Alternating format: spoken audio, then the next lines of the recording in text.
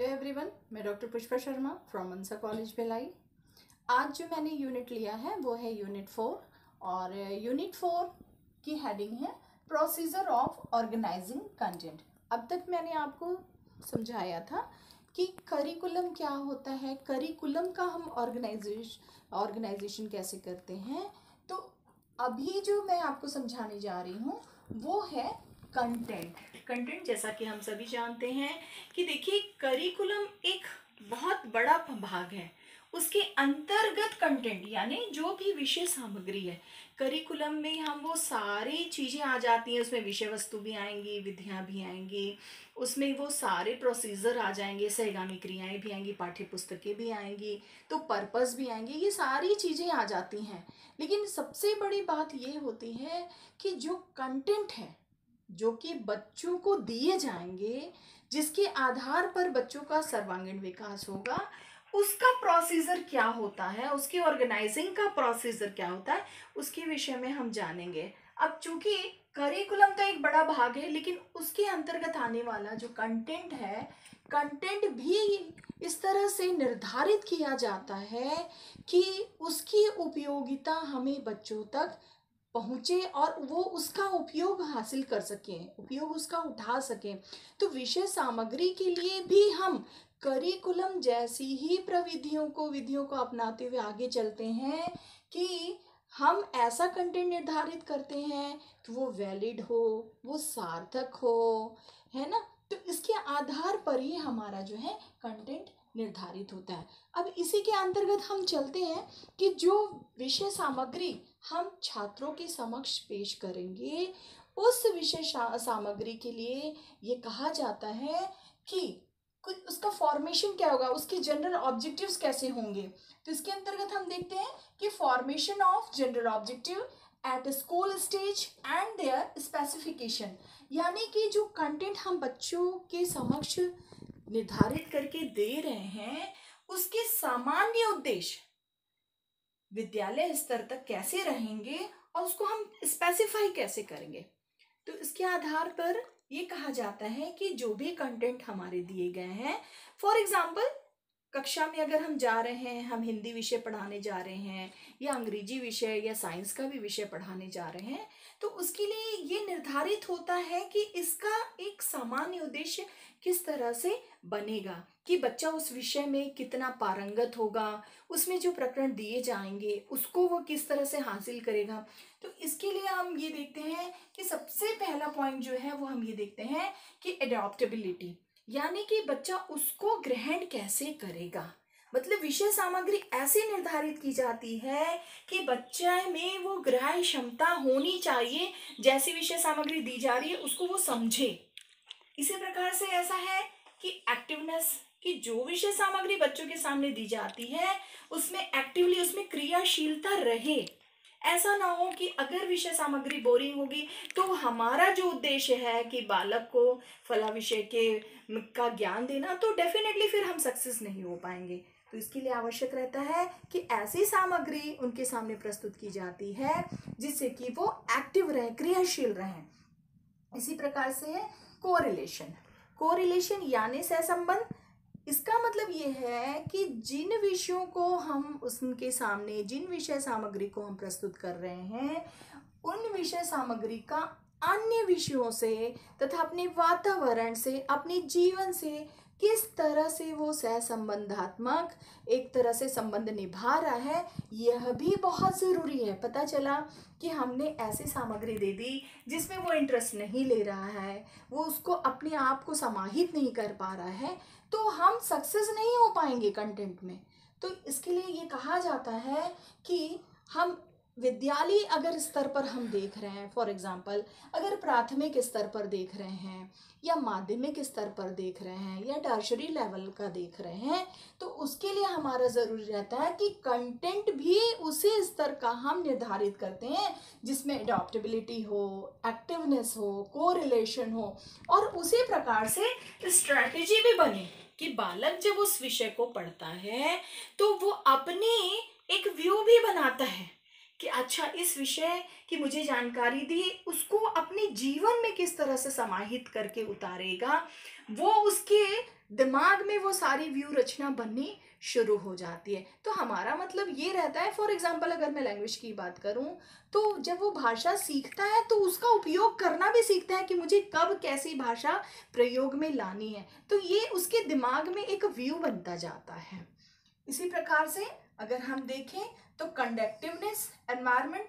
इसका मतलब ये है कि वो अपने वातावरण में जिस सामग्री को उसने पढ़ा है, समझा है, देखा है, सुना है, अपने जीवन में हासिल किया हुआ है, उसको समझ करके तो अब आगे उसका प्रयोग वो किस तरह से करेगा। फॉर एग्जाम्पल मैथमेटिक्स ही अगर हम देखें तो ऐसा नहीं है कि विषय वस्तु का उसको ज्ञान मिल गया,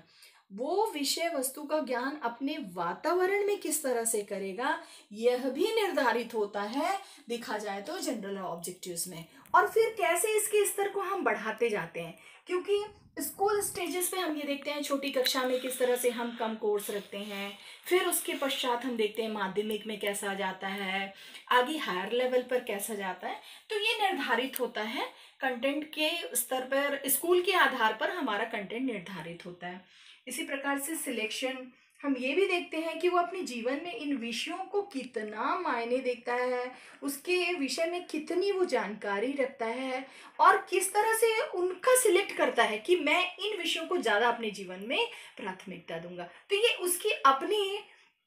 थिंकिंग रहती है कि वो किस तरह से हासिल करता है। उसी प्रकार से रिवीजन, कि जो विषय सामग्री दी जा रही है उसको वो पुनः रिवाइज कैसे कर रहा है, और ये डिपेंड करता है कक्ष के वातावरण में, उसके आसपास के वातावरण में, उसके सामाजिक वातावरण में। तो यहाँ देखा जाए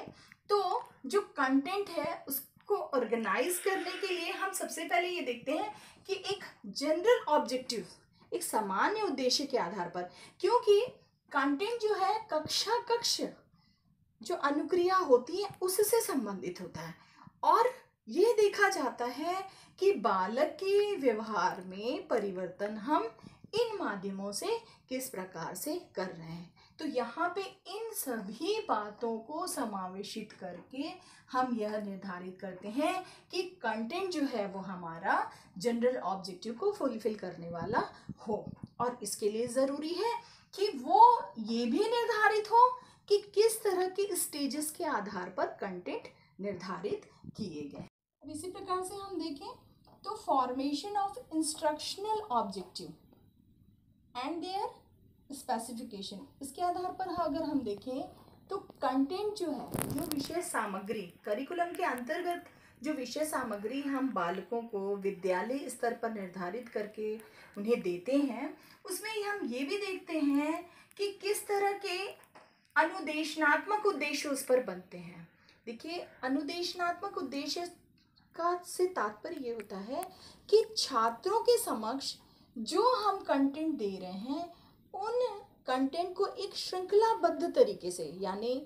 एक कक्षा में जब टीचर जाता है तो किसी भी विषय की जब वो प्रकरण को लेकर के जाता है तो उसके लिए वो ये निर्धारित कर लेता है कि मैं कितना कंटेंट किस समय कैसे पढ़ाऊंगा, मैं कैसे बच्चों के सामने अपने बिहेवियर को रखूंगा, कैसे मैं बच्चों से उनके आंसर्स लूँगा, क्या बातें मैं पूछूंगा जिससे मेरा जो शिक्षण है वो रोचक पूर्ण रहे। तो ये सारी जो इंस्ट्रक्शनल ऑब्जेक्टिव्स हैं वो पहले से एक प्लान के अकॉर्डिंग जो है वो टीचर निर्धारित कर लेता है कि मुझे अपने कक्षा शिक्षण को प्रभावी बनाना है। तो उसके लिए यह भी सोचता है कि जब मैं कक्षा में शिक्षण दूंगा तो शिक्षण देने का मेरा जो माध्यम है, जो मेरे कंटेंट देने का माध्यम है, उनको किस प्रकार से एक तारतम्यता में लेकर के मैं आगे बढ़ूंगा, जिससे कि जो विषय के अंतर्गत जिस प्रकरण को मैं समझा रहा हूँ बच्चे उसको समझे। और ये भी निर्धारित होता है स्कूल स्टेजेस पर। छोटा बच्चा है, प्राइमरी स्टेज का बच्चा है, तो वहाँ देखिए टीचर की जो एक्टिविटी होती हैं वो अलग हो जाती हैं, उनके इंस्ट्रक्शन देने का भी तरीका अलग हो जाता है। लेकिन वहीं अगर हायर लेवल पे देखें तो वहाँ भी टीचर का बिहेवियर अलग हो जाता है, वहाँ पे भी उनको इंस्ट्रक्शन देने का जो तरीका हो जाता है वो अलग हो जाता है। तो ये डिपेंड करता है विभिन्न स्टेजेस पर कि हम किस तरह के बालक को शिक्षा देने जा रहे हैं, क्योंकि देखिए बालक के भी शारीरिक और मानसिक विकास को देखते हुए ही हमारे कंटेंट भी निर्धारित होते हैं। तो उसी आधार पर अगर हम कहें तो इंस्ट्रक्शनल ऑब्जेक्टिव्स जो बनाए जाते हैं उसके लिए भी ये देखा जाता है कि उसमें भी स्टिमुलस रिस्पॉन्सेज हमको कैसे मिलेंगे, कि हम उनको कैसे उद्दीप्त करेंगे और वो कैसे हमारे प्रश्नों के उत्तर देंगे। मतलब इतने इंजॉयफुल तरीके से हम बच्चों के सामने प्रकरण को रखते हैं कि बालक जो है ज़्यादा अच्छे से इंटरेस्ट लेकर के हमारे वक्तव्यों को सुने और फिर अपना भी रिस्पॉन्स दे। क्योंकि देखिए कक्षा शिक्षण प्रभावी तभी होगा जब एक अच्छी टीचिंग होगी। तो अच्छी टीचिंग के लिए टीचर का प्लान पहले से ही ये रहता है कि मुझे जिस कंटेंट को पढ़ाना है उसे इतने अच्छे प्रभावी तरीके से पढ़ाना है कि बच्चों में स्टिमुलस रिस्पॉन्स आने लगे। उसी तरह से मैंने कहा भी कि बिहेवियर, यानी जब बालक के सामने किसी प्रकरण को पढ़ाया जाता है तो टीचर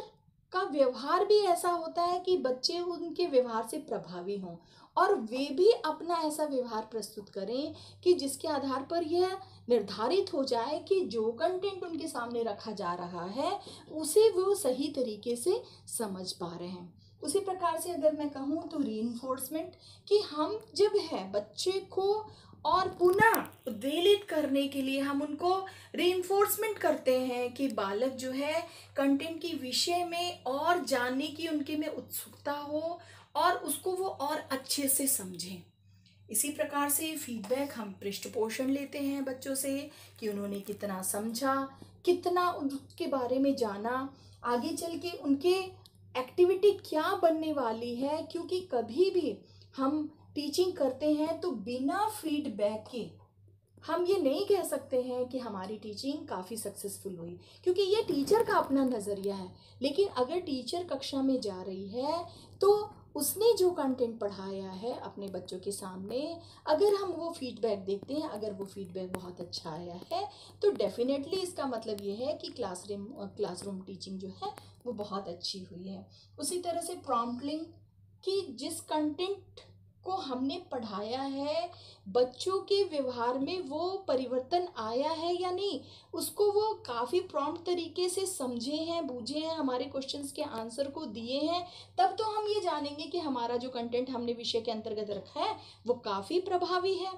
इसी तरह से अगर हम देखें तो डायग्नोसिस रिमेडिएशन, इसके अंतर्गत भी हम ये देखते हैं कि अगर कंटेंट में कहीं कोई परेशानी आ रही है तो उसको समझते हुए उसके निदानात्मक तरीके को लाते हुए हम तभी उपचारात्मक शिक्षण दे पाते हैं। तो कहा जा सकता है कि इंस्ट्रक्शनल ऑब्जेक्टिव्स एक टीचर के लिए निर्धारित करना बहुत ही आवश्यक होता है, क्योंकि कक्ष जो शिक्षण है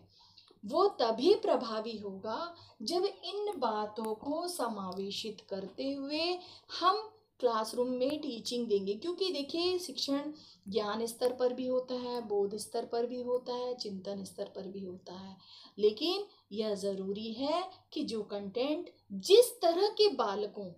के ऊपर दिया जा रहा है वह इतना प्रभावी हो कि हम उस विषय के उस प्रकरण में सक्सेसफुल हम टीचिंग कर पाएं।